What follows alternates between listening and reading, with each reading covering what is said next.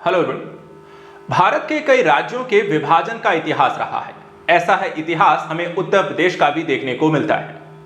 9 नवंबर सन 2000 को उत्तर प्रदेश राज्य का विभाजन होता है और उत्तराखंड एक नए राज्य के रूप में स्थापित होता है। आज यहां पर देखा जाए तो उत्तराखंड अपनी स्थापना दिवस के रूप में मना रहा है और इसके 24 वर्ष पूरे हो चुके हैं और 25वें में प्रवेश कर चुके हैं। आज हम जानने का प्रयास करेंगे कि आखिर क्यों उत्तर प्रदेश का हुआ था विभाजन, उत्तराखंड को क्यों अलग किया गया था उत्तर प्रदेश से, इसके पीछे का कारण और इतिहास। साथ ही साथ हम उत्तराखंड के बारे में, इसकी भौतिक स्थिति के बारे में और साथ ही साथ इसके सामाजिक संस्कृति के बारे में भी यहाँ पर जानने का प्रयास करेंगे। आइए कुछ प्रमुख पहलुओं पर नजर डालते हैं, जानने का प्रयास करते हैं कि आखिर उत्तराखंड स्थापना दिवस की प्रमुख विशेषता क्या है, ये क्यों मनाया जाता है, साथ ही यहाँ पर कितने इसमें जिले हैं, इनके अपने संदर्भ में इसके पड़ोसी राज्य कौन से हैं, इनकी सीमाएं किस देशों से लगती हैं। लेकिन उससे पहले समझते हैं कि उत्तर प्रदेश से आखिर उत्तराखंड को अलग क्यों किया गया। तो किसी भी राज्य के विभाजन का जो इतिहास रहा है वो विकास से हमेशा जुड़ा हुआ है, संसाधनों से हमेशा जुड़ा हुआ है। ऐसा ही इसमें भी देखने को मिला। उत्तराखंड के गठन के कई कारण माने जाते हैं, लेकिन जो इसका मुख्य कारण है कि हिमालय क्षेत्र के लोगों के लिए एक अलग राज्य की मांग, क्योंकि उत्तराखंड देखा जाए तो पहाड़ी राज्य है, हिमालय एरिया में आपको देखने को मिलता है। उत्तर प्रदेश को वर्तमान समय देखें तो मैदानी इलाका यहां पर बोला जाता है। एक तो भौतिक यहां पर विभाजन था दोनों के मध्य, दूसरा यहां पर विकास और संसाधनों का भी यहां पर उचित वितरण दोनों ही राज्यों में नहीं था, जिसके कारण यहां पे आर्थिक स्थिति के तौर पर उत्तराखंड उत्तर प्रदेश के बाकी हिस्सों से थोड़ा पिछड़ा हुआ रहता था। साथ ही देखा जाए तो यहाँ पर पहाड़ी एरिया होने के साथ ही उत्तराखंड की अपनी एक विशिष्ट संस्कृति थी, उनकी अलग पहचान थी और कई बार उत्तर प्रदेश जो कि एक बड़ा एरिया यहाँ पर वर्तमान समय है, बड़े राज्यों की अपेक्षा में उस एरिया को यहाँ पर दबा दिया जाता है। इसलिए यहाँ पर मांग तेज हुई और उत्तराखंड के राज्य के रूप में स्थापित होने की बातें होने लगी। उत्तराखंड कब बना एक नया राज्य, तो देखा जाए तो उत्तराखंड का स्थापना दिवस यानी कि 9 नवंबर को मनाया जाता है, क्योंकि उत्तराखंड के अलग राज्य की मांग को लेकर कई वर्षों तक आंदोलन चलाया गया और फाइनली यहां पर इसको स्वीकार किया गया। 9 नवंबर सन 2000 को उत्तराखंड अलग राज्य के रूप में ऑफिशियली यहां पर बनाया जाता है। वर्तमान समय में देखा जाए जिसे हम उत्तराखंड के नाम से जानते हैं, 2006 तक यहां पर हम इसे उत्तरांचल के रूप में जानते रहे हैं। इसके बाद जनवरी 2007 से इसका नाम परिवर्तित करके उत्तराखंड किया गया है। उत्तराखंड में देखा जाए तो कई प्राचीन आपके धार्मिक स्थल भी हैं और कई सारी बड़ी नदियों जैसे गंगा और यमुना यहाँ पर देखा इनका उद्गम स्थल भी माना जाता है, यानी कि धार्मिक प्राकृतिक तौर पे यहाँ पे नेचुरल रिसोर्सेज भी हैं। आइए यहाँ पर जानते हैं उत्तराखंड के बारे में। उत्तराखंड के इतिहास को समझिए, इनकी सीमाएं कहाँ किससे लगती हैं। सबसे पहले तो जैसा कि आप जानते हैं, स्थापना दिवस के रूप में डेट ध्यान रखिएगा, 9 नवंबर 2000 को उत्तराखंड उत्तर प्रदेश से अलग होता है और अलग होने के साथ भारत का बनता है 27वां राज्य। स्थापना के समय इसे उत्तरांचल के नाम से जाना जाता रहा है। इसकी सीमाएं जो लगती हैं देखा जाए तो हिमाचल प्रदेश, उत्तर प्रदेश, हरियाणा भारतीय राज्यों से जहां एक तरफ लगती हैं, वहीं अंतर्राष्ट्रीय सीमाओं में देखें तो तिब्बत यानी कि चीन, नेपाल के साथ भी यहां पर इसकी सीमा साझा होती है। संस्कृत भाषा में हम कहें उत्तराखंड का तात्पर्य क्या होता है, तो उत्तराखंड का मतलब होता है उत्तरी शहर से।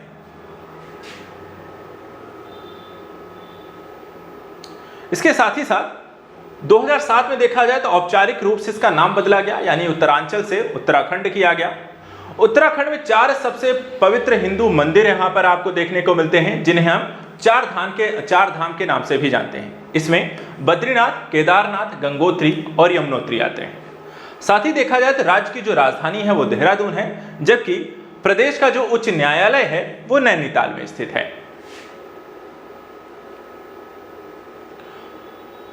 उत्तराखंड से संबंधित कुछ बिंदुओं पर भी नजर डाल लेते हैं। सबसे पहले कि गठन 9 नवंबर 2000 को हुआ, राजधानी देहरादून है, इनकी जनसंख्या 1,86,292 है 2011 के अनुसार। क्षेत्रफल देखा है 53,483 वर्ग किलोमीटर है। कुल जिलों की बात करें तो 13 हैं। राज्य का प्राचीन नाम उत्तरांचल है। संभागों की संख्या 2 है, गढ़वाल और कुमायूं।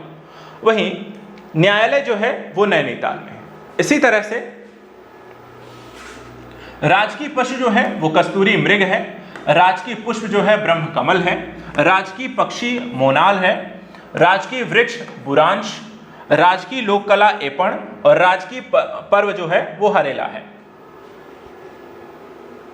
आइए अब यहाँ पर उत्तराखंड के यहाँ पे जनसंख्या और जलवायु के बारे में थोड़ा सा समझने का प्रयास करते हैं, किस तरीके की सामाजिक यहाँ पे संस्कृति और भौतिक यहाँ पर जलवायु है। तो उत्तराखंड की जो जलवायु है वो मध्यम है। तापमान देखा जाए तो मौसमी उतार चढ़ाव की स्थिति लगातार बनी रहती है। इसके मानसून जो है उष्णकटिबंधीय मानसून देखने को मिलता है। साथ ही उत्तराखंड में जनवरी जो है सबसे ठंडा महीना होता है, जबकि सबसे गर्म महीना जो होता है वो जुलाई का होता है। वहीं राज्य के दक्षिण पूर्व में सबसे गर्म जो महीना जो होता है वो मई का होता है। बरसात के मौसम में देखा जाए तो एरिया जो होता है उत्तराखंड में निचली घाटियां हैं, जहां भूस्खलन जो है, बाढ़ की समस्याएं जो है लगातार बनी रहती हैं राज्य में। राज्य के उत्तरी क्षेत्रों में प्रायः दिसंबर से मार्च तक देखा जाए तो बर्फबारी की भी स्थिति आपको देखने को जाती है। काफी सारे पर्यटक यहाँ पर जाते हैं बर्फबारी देखने के दृष्टिकोण से।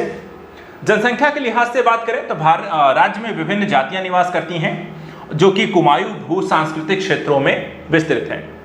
राजपूत, गढ़वाली, गुज्जर और कुमाऊनी लोग उत्तराखंड की आबादी का एक बड़ा हिस्सा माना जाता है।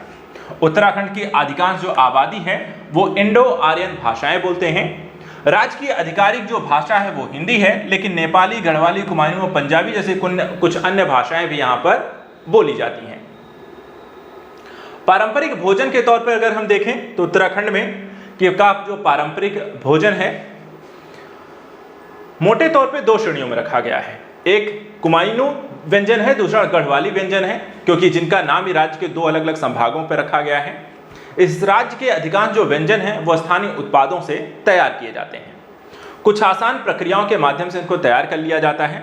उत्तराखंड के सबसे कुछ लोकप्रिय अगर व्यंजनों की हम बात की जाए, अगर आप उत्तराखंड जाते हैं, उत्तराखंड से हैं, तो यहाँ पर इसके बारे में जानते होंगे। जैसे अरसा चावल और गुड़ से बनी मिठाइयाँ त्योहारों, शादियों, डिलीवरी जैसे कुछ शुभ अवसर पर चढ़ाए जाते हैं।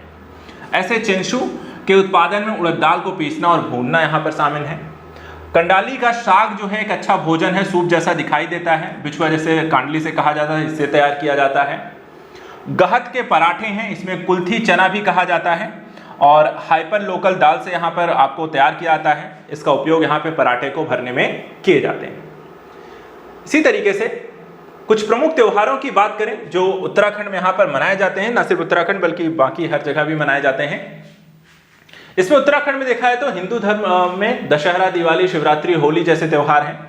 मुस्लिम समुदाय के संदर्भ में ईद उल फितर, मुहर्रम, रमजान, ईद उल अजहा जैसे त्योहार यहाँ पर मनाए जाते हैं।